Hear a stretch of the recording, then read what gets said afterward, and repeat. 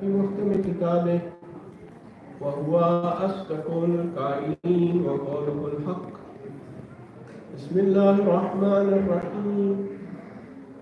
الذي يجتنبون كبائر الإثم والفواحش إلا اللمم إن ربك واسع المغفرة.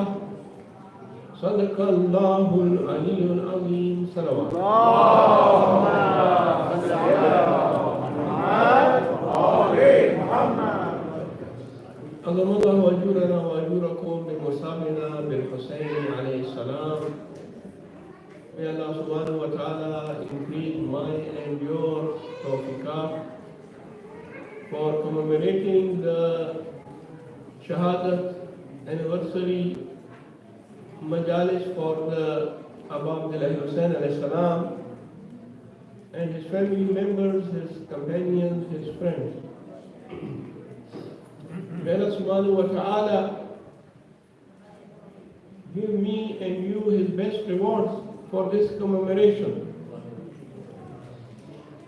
Today, or I will say tonight, is the second night of Muharrum and Harram. And if we go according to the dates,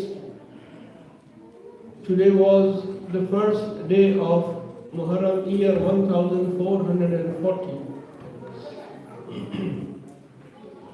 Every year we remember Imam Hussain al-Salam and his sacrifice.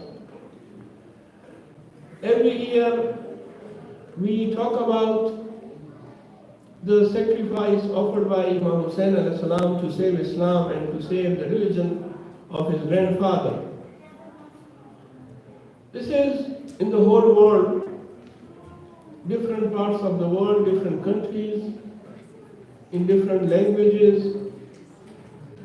The reason is Imam Hussain al-Salam does not belong to one person or one country. He belongs to the whole humanity. That's why the whole humanity in the whole world, they are mourning the Shahadat of Imam Hussain al-Salam and his friends and his companions and his family members. This year, the topic of our majalis is major sins. Sometimes they are also called greater sins. In Arabic we call them kabair, kabair al-ism, and in Farsi and Urdu we say gunahani kebira. But because we have the majalis of Imam Hussain al-Salam, so with this topic we will also discuss the fada'il, the merits of Ahlul Bayt alayhi and the masail which came upon these holy personalities. We will discuss fadail and masail of the household of the Holy Prophet, peace be upon him. Last night, as an introduction to Istiqbal Muharram, we talked about what is the importance of controlling one's desires, carnal desires. What is the importance of refraining from committing sins, how to avoid sins. Inshallah, in the coming nights we will discuss this again in detail. Also we will discuss what are the major sins and how to refrain and keep ourselves away from sins, whether they are major or minor. Today, continuation of the same topic. Today is also introduction to our topic, and inshallah from tomorrow we will discuss in detail taking different types of sins. But the first thing here is, which is very important to know, is how a sin is defined. What is the definition of a sin? It is famous that the definition of the sin is كل عمل من الأعمال التي تخالف الأوامر الإلهية. Every act from the different acts which are against the order of Allah is called sin. In other words, in simple words, we say to disobey Allah, to disobey the order of Allah.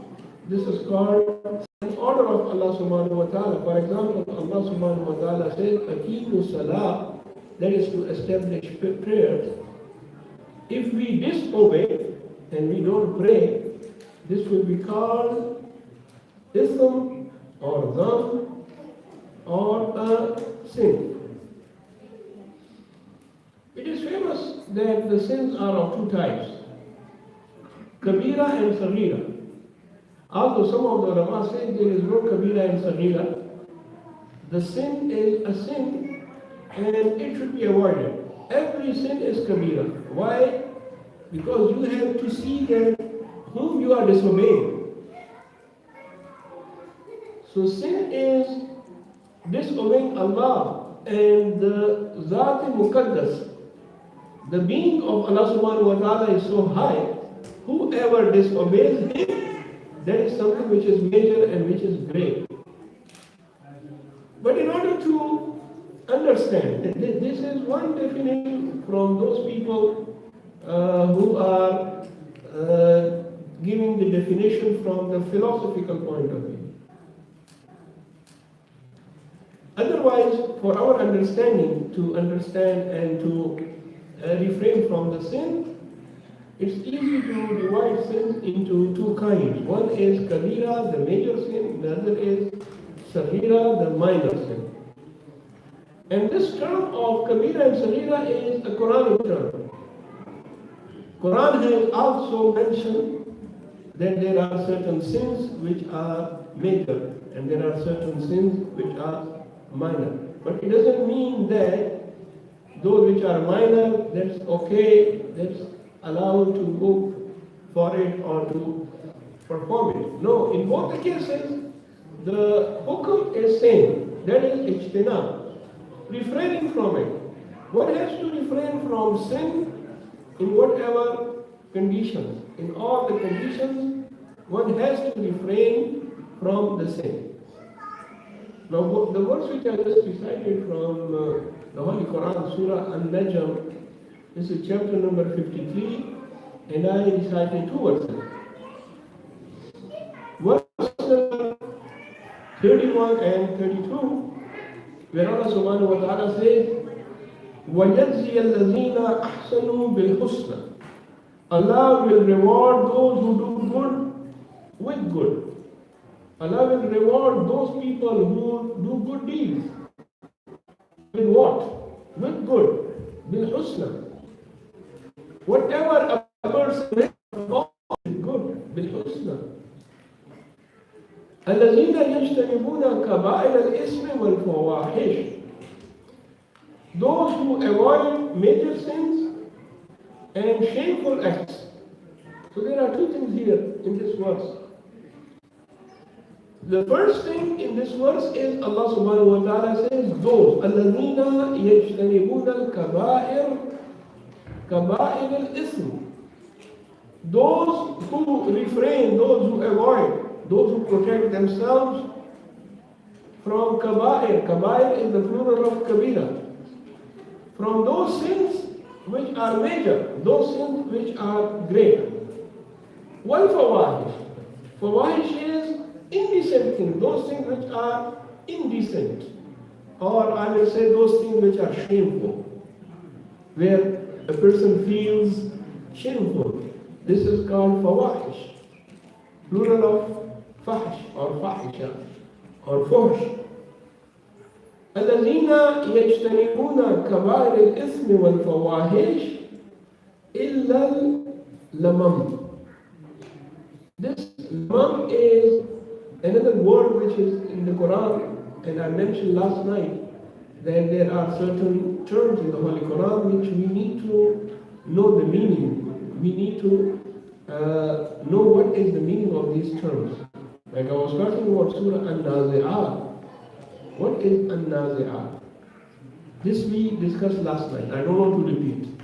Now this word is another word which is in the Holy Quran. And you should ask yourself whether you heard this word before or not. If you are a regular Quran reciter, then you know about this word. And not only you have heard it, you should know the meaning and how to pronounce it. So this word is from the three letters. Lam, Mim, Mim. Lamam. Barwazne, Qalam. Qalam, Qaf, Lam, Mim. How we pronounce Qalam, everyone knows. We say, give me Qalam. And there is one surah in the Holy Quran, Surah Al-Qalam. Surah Al-Qalam means the chapter of pen. Qalam means pen. The same wazn on qalam is lamam. Lam, mim, mim. So this is how to pronounce it. This is one thing. As I mentioned in Majalis, we learn about Quran and we learn about the ahkam of Allah subhanahu wa ta'ala. نعرہ تکبیر اللہ اکبر نعرہ رسالت یا رسول اللہ نعرہ حیدری یا علی دشمنان مولا علی پہ لعنت MashaAllah. Lamam is the word in the Holy Quran which is pronounced as Lamam, Lam, Mim, Mim, which means minor sins. Who would think that this word means Gunahi Saghira or minor sin? Lamam is the Arabic word for Gunahi Saghira or for minor sin. So Allah subhanahu wa ta'ala says, الَّذِينَ يَجْتَنِبُونَ كَبَائِرَ الْإِثْمِ وَالْفَوَاحِشِ إِلَّا الْلَمَمِ, except those who performs a minor sin. So the translation will be, Allah will reward those who do good with good. Those who are these people who do good and Allah will reward them with good. Those are the people, Al-Alina. Those are the people who avoid major sin. These people who avoid major sin will reward them. With what? With good. With husna. Allah will reward them, those people who avoid major sins, number one. Number two, who avoid shameful acts. Wal-fawahish, indecent acts. Those people who refrain from shameful acts, those people who refrain from gunahi kebira, the major sins, except minor sins.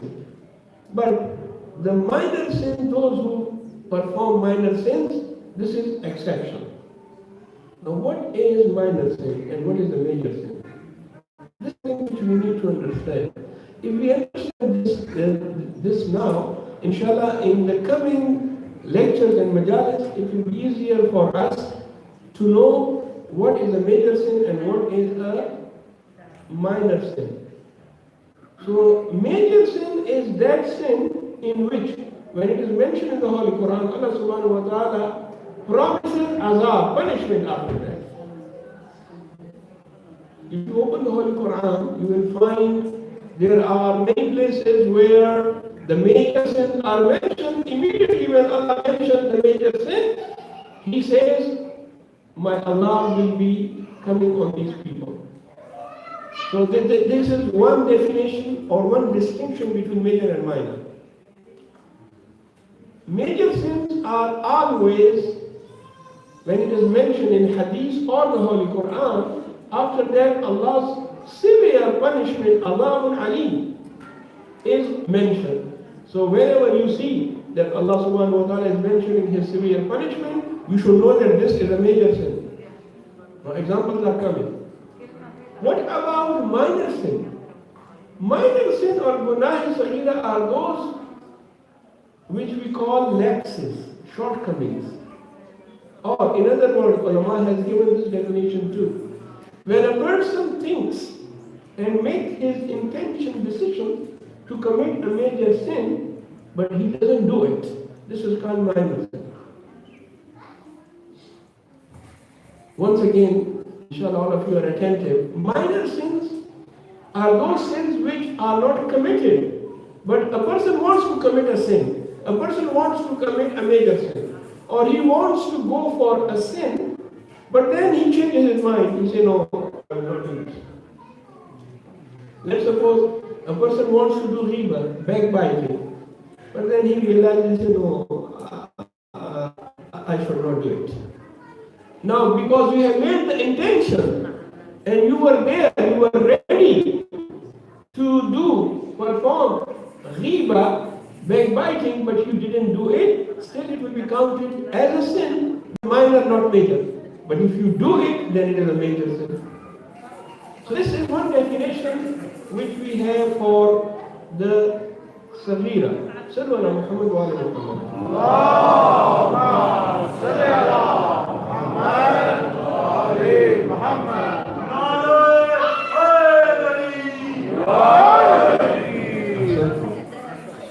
Now, let me give you one more explanation about the definition of the minor sin, because this is a question which was in my mind, and I was looking for it. What is the difference between major and minor? What are the major sins? Most of us know about major sins, but the people, they are not aware about minor sins.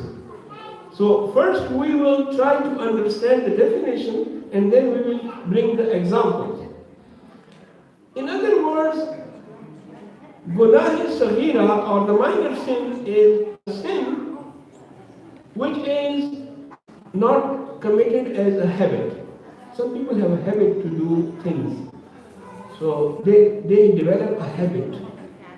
Minor sin is a sin which is not with habit, and sometimes it is committed once in a while, not all the time.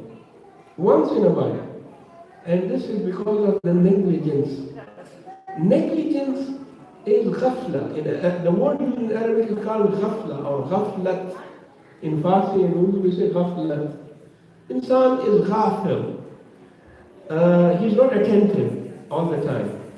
So whenever negligence comes, ghaflat comes, that sin is called Saghira, which is because of the ghafla. And again, the minor sin is the one which comes from ghafla, but it is not repeated. Once you repeat a sin, then it becomes a major sin. Even the minor sin, when it is repeated, also becomes a major sin. So minor sins are not repeated. In other words, we can say that when a person once in a while goes for a sin, commits a sin, that is minor sin or saghira. But to repeat a sin, that makes it kabira. Now let's start, please. Allahumma salli ala Muhammad. One question is that how many are like the number? How many major sins we have, or how many minor sins we have? The numbers. Now there is difference of opinion about the number of the major sins among the ulamas, but those which are famous is 7. 7 sins are called major sins. And some has counted 10, and some has counted 15.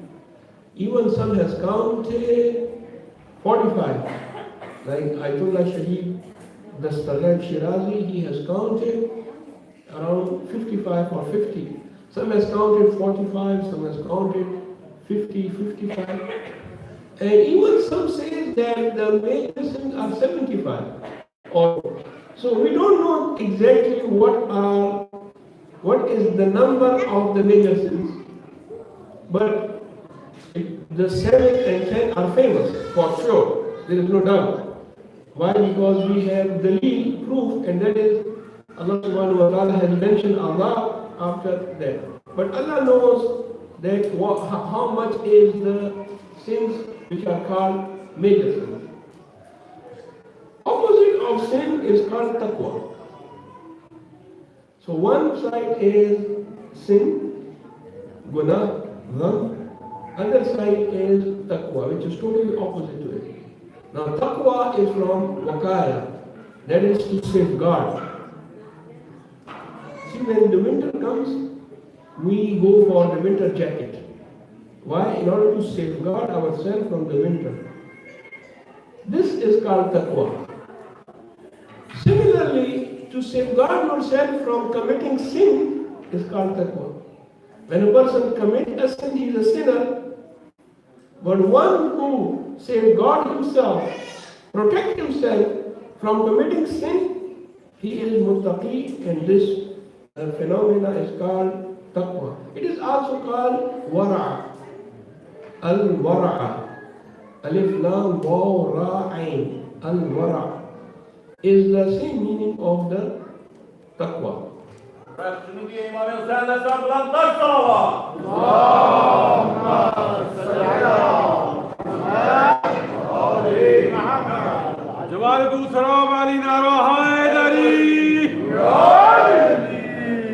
So those who want to refrain from sin, then they have to bring taqwa and wara among themselves in their life. Like if you remember the famous khutbah Sha'baniyah of the Holy Prophet towards the end of the month of Sha'ban, and to welcome the month of Ramadan, the Holy gave a khutbah which is called khutbah Sha'baniyah, and in this khutbah the Holy Prophet was explaining to the people how important is the month of Ramadan and how to prepare yourself for welcoming the holy month Shahrullah, the month of Allah, the month of Ramadan. And when the khutbah, in between the khutbah, the commander of faithful, he asked, Ya Rasulullah, O Holy Prophet, Ma afzalul a'mal fi hadha shahr? What is the best action to do, the best amal to do in the month of Ramadan? The answer was, Ya Ali, al-wara' al-maharimillah. The best amal in the month of Ramadan is taqwa, is to protect yourself from those things which are made haram. And then the khutbah says that the Holy Prophet started crying. The Imam Amirul Mu'mineen asked, Fama yabkika ya Rasulullah, what has made you cry, O Holy Prophet? He says, this will be the month about whom you are asking that what is the best amal in the month of Ramadan. In the same, this best, the month of Allah, you will be killed. So I'm crying for that. And now see the taqwa of Amirul Mu'mineen. He is not asking who will kill me and who will be my killer, how it will happen. But he says, O Prophet, tell me, وَهَذَا أَنْ سَلَامَةِ الدِّينِ, my religion will be safe, I will be on the religion of Islam at that time when I will be killed. The Holy Prophet said, yes, na'am, you will be on the top level of Islam, top level of your deen. So this is, always remember, one side is sin, another side is taqwa. Taqwa is wara'. That is to protect yourself from approaching towards sin. And Amirul Mu'mineen is called Imamul Muttaqeen. That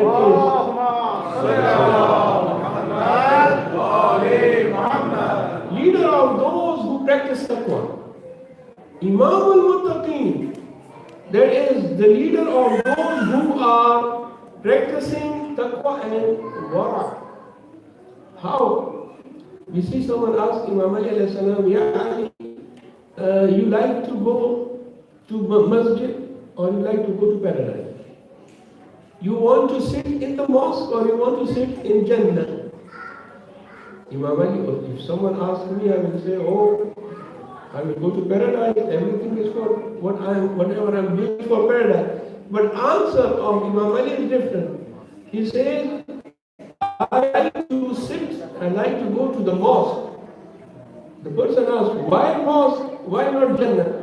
Imam Ali says, because to sit in the mosque is the pleasure of Allah, and to go to the paradise is my personal pleasure. And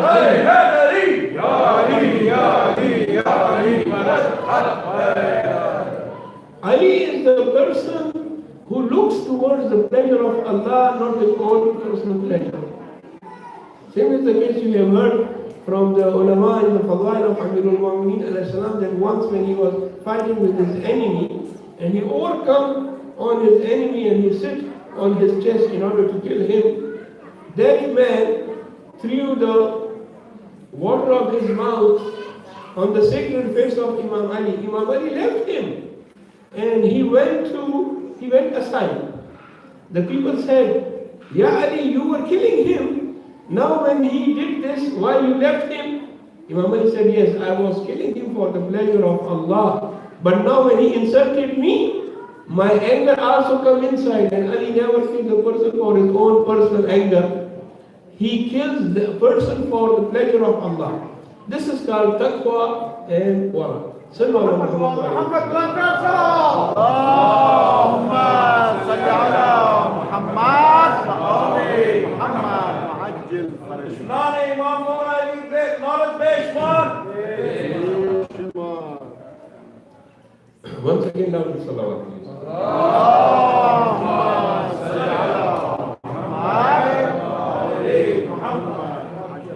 Taqwa is very important that a person should practice it in his life.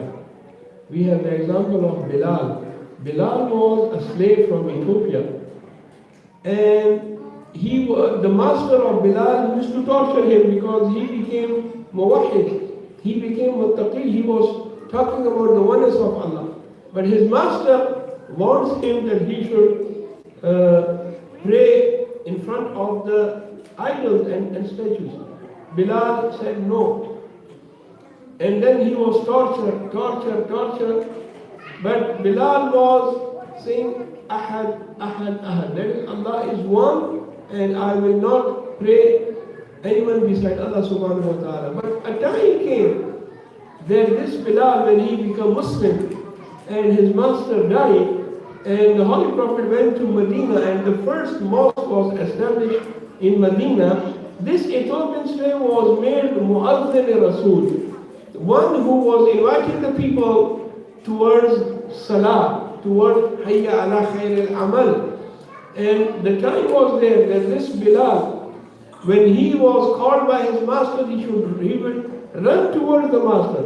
Now he is calling the people towards the mosque, and the people are running towards him and towards the mosque because of the taqwa, because of the piety which Bilal had.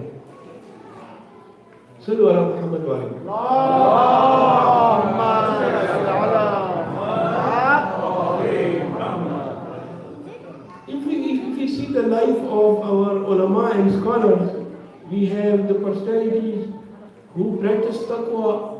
There were some scholars, some people who prayed for 40 years in the first row, Salatul Jama'ah. People praying Salatul Jama'ah, congregational prayer. In the first row, sometimes Salatul Fajr for 40 years without any qaza. I'm not talking about qaza of Salatul Jama'ah. And Muqaddas al-Nabi was one such scholar who used to lead prayers in the Harram of Imam Ali in Najaf. He was Imam in the Harram of Amirul Mu'mineen, Harram Alawi, where he used to lead Salah and the people will pray after him.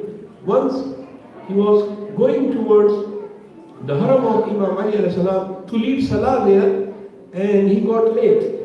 So he rushed towards the fountain. You know, even today you will see that in the courtyard of the Haram of Masumeen al-Islam, there is place for wudu, there is some fountain where the water is there. So he rushed towards the fountain in order to do wudu. He took water in his hands in order to perform wudu. All of a sudden he saw that the water which he took from the fountain was changed into silver and gold. And at that time he looked towards the sky and he said, Oh Allah, I want water, I don't want gold and silver.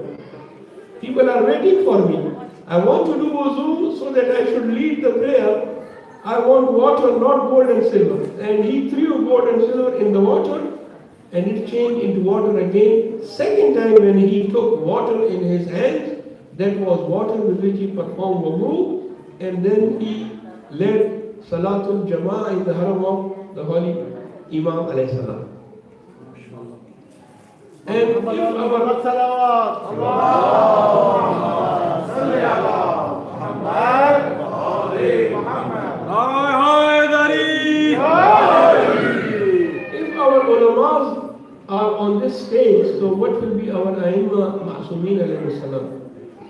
When these ulamas have such a high position, so the position of Aimma alayhi salam, which is mansoos with Allah from Allah subhanahu wa ta'ala, their position is a very high position. Last thing, as the time has approaching and I have to finish this and I will continue this inshallah next time in the coming days, is a discussion and a question which is among the ulama. I would like to give brief answer to this and then I go to the last part, which is the Masail part. That is, the question is, now this is a very beautiful and important question which might be in the minds of many, especially the youth. And that is, which one is better? To perform a good deed or to refrain from a sin? I ask this question from myself, and you should also ask, which one is good? Which one is better? To do something good, to perform something which is mustahab, something which is very high standard. This is better or no? Ijtinab anil kabair, ijtinab anil dhanb. Refrain from committing a sin. Answer.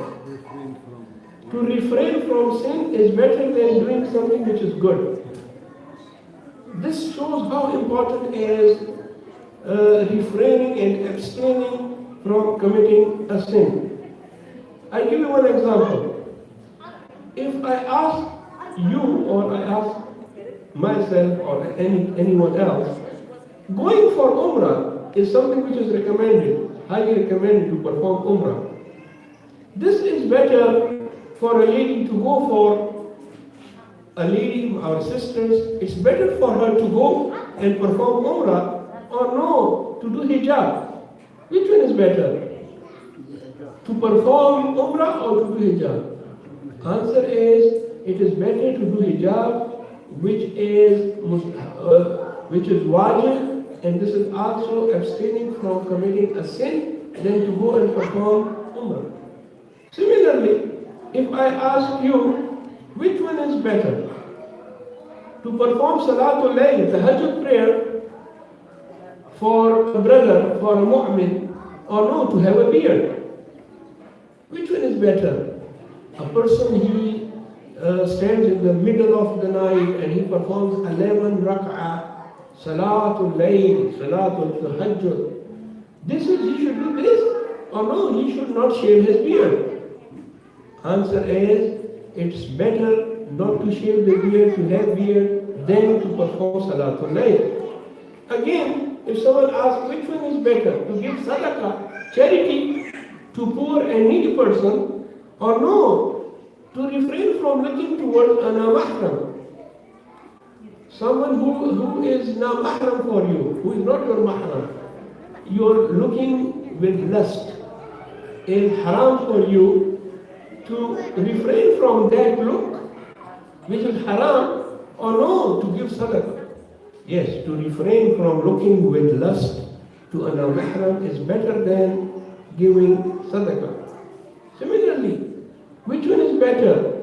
To remove an obstacle which is in the path, in the way of the person, or no, to refrain from eating haram. Now, haram is, when we say eating haram, there are two kinds. One, the thing is haram. Second thing is, no, it is earned through haram way. In both the cases, it is haram.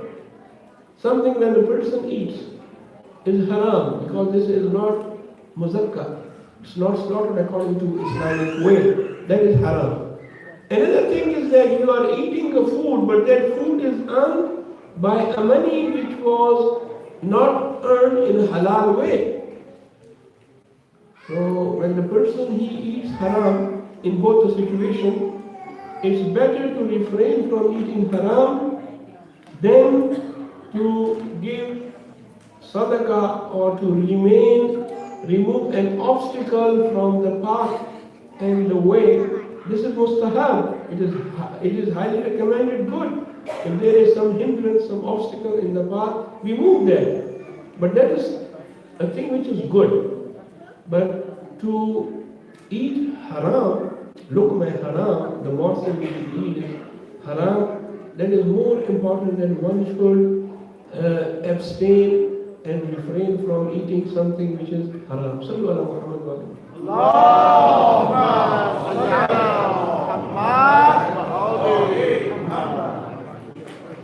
Respected brothers and sisters, the days and nights belong to Abdullah al-Hussein alayhi salam and his companions, his family members.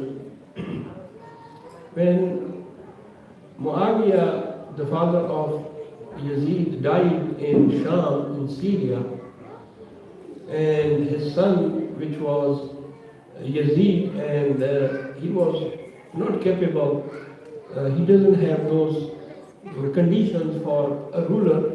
Not only capable, he was a drunkard, and he was something who used to do sin in public. That's why in one of the khutbahs, Imam Hussain alayhi salam mentioned about Yazid. He said, وَيَزِيد شَارِبُ الْخَمَرِ وَقَاتِلُ نَفْسِ الْمُحْتَرَمَةِ.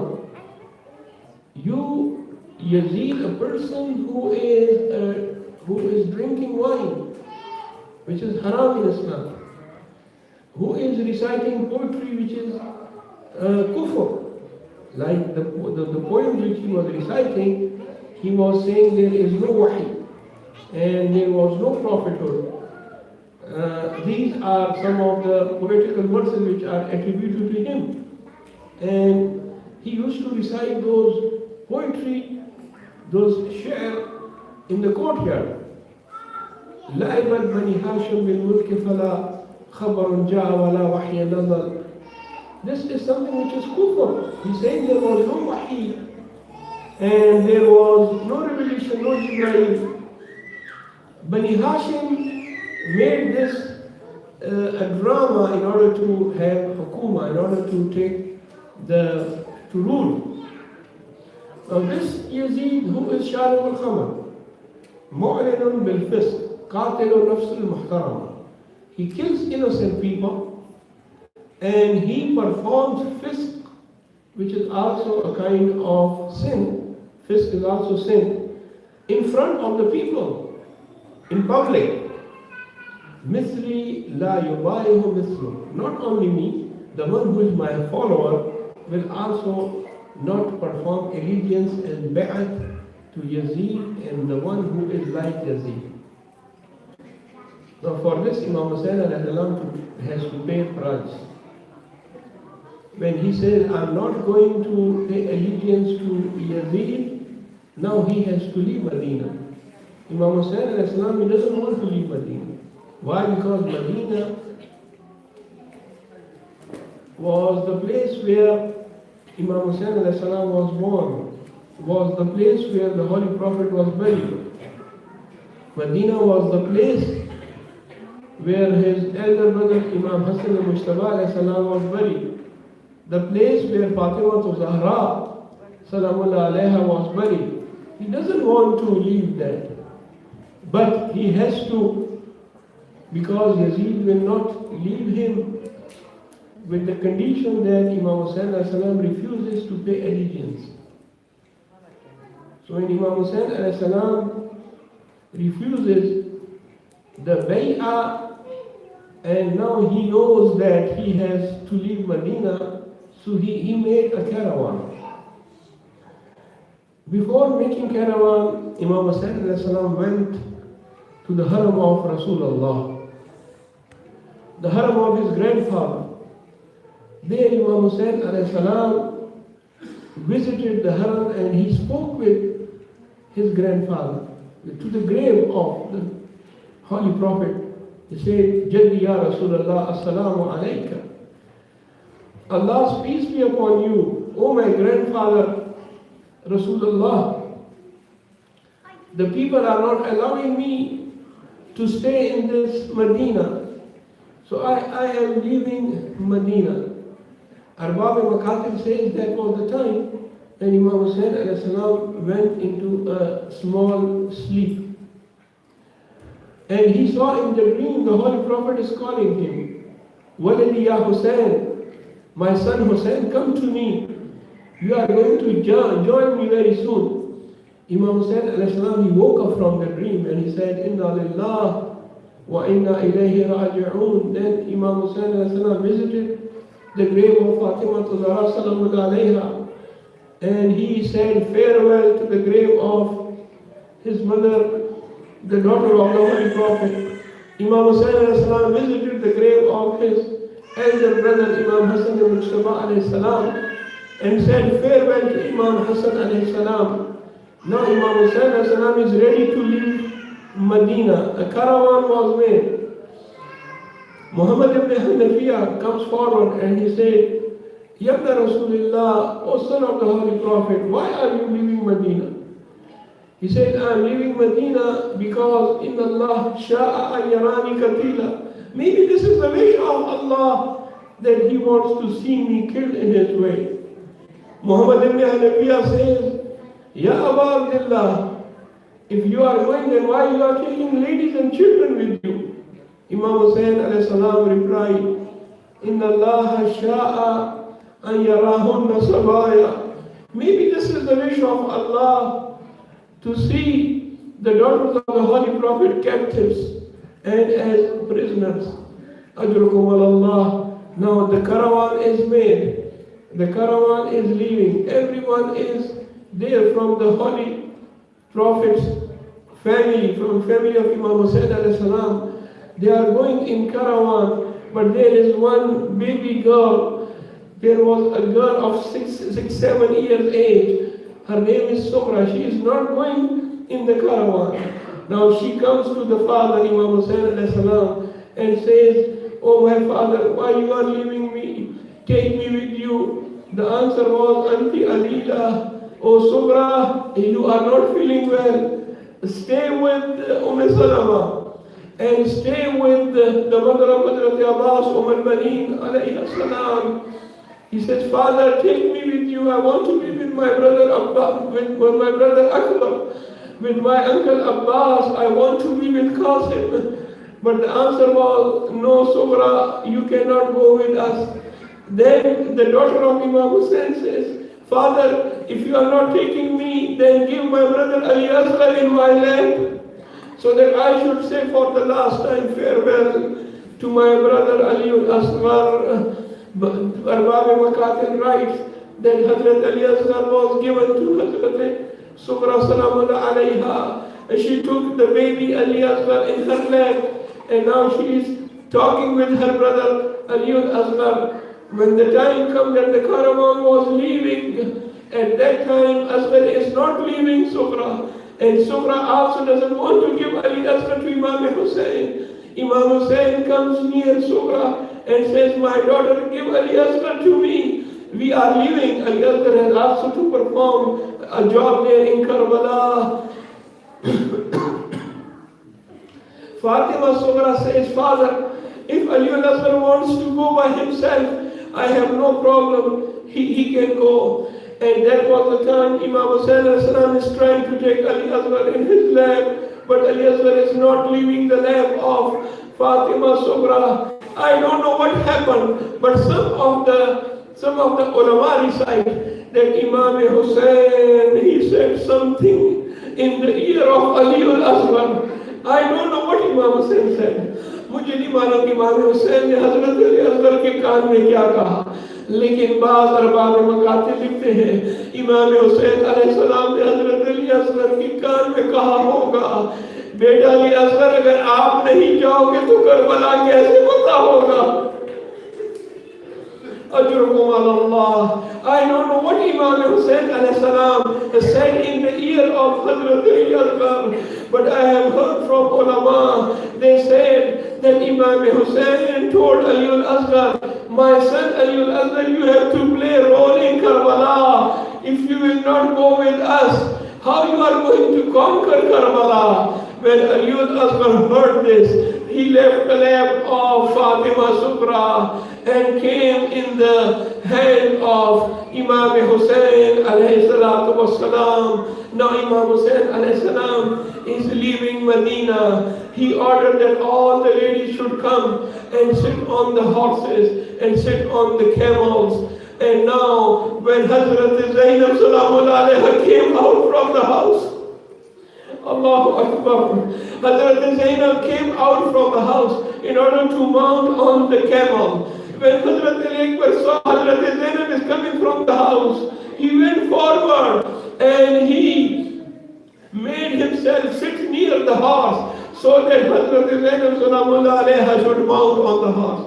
عزیزانی گرامی، جب حضرت زینب گھر سے نکلی، آپ سوار ہونا چاہتی ہیں، جیسے حضرت علی اکبر نے دیکھا کہ بی بی زینب سوار ہونا چاہتی ہیں، حضرت علی اکبر آگے بڑھے، حضرت عباس آگے بڑھے، اپنی پھوپھی کو سہارا دیا، حضرت عباس نے اپنی بہن کو سہارا دیا، عزت اور احترام کے ساتھ حضرت زینب کو کجاوے میں سوار کیا. مگر ایک ایسا وقت بھی آیا عصر عاشور کو، یہی زینب کربلا سے کوفہ جانا چاہتی ہے مگر کوئی سوار کرنے والا نہیں. فنظر الی الیمین والشمال، حضرت زینب نے مغرب کی طرف دیکھا، حضرت زینب نے مشرق کی طرف دیکھا، کوئی سوار کرنے والا نہیں، نہ حضرت علی اکبر موجود ہے نہ حضرت عباس موجود ہے.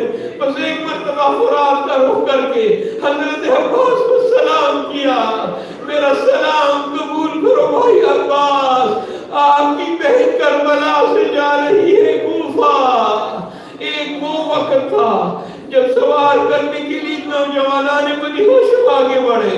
اب وہ وقت آیا کہ حضرت زینب کو کوئی سوار کرنے والا نہیں. اللہ لعنۃ اللہ علی القوم الظالمین وسيعلم الذين ظلموا آل محمد أي منقلب ينقلبون لا حول ولا قوة إلا بالله العلي العظيم. إلهي بكفاتنا وأبيها وبعلها وبنيها واغفر المستضعفين فيها. Oh Lord, we ask you to accept this adha and this majlis from all of us. Oh Allah, whoever has hajat, everyone has hajat.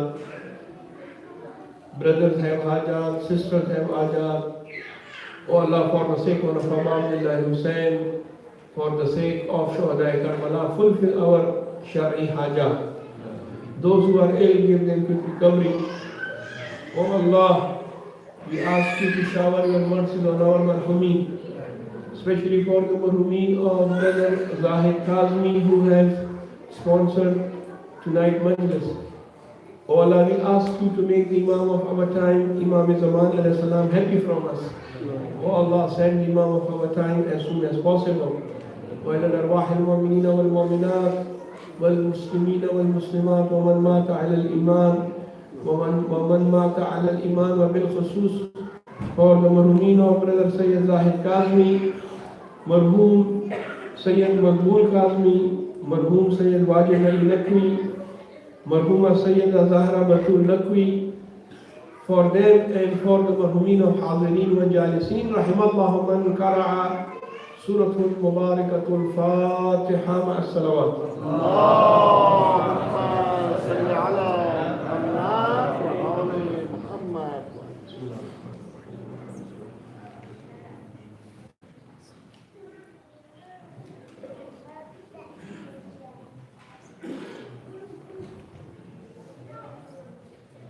مات میں حسین یا حسین یا حسین یا حسین یا حسین یا حسین یا حسین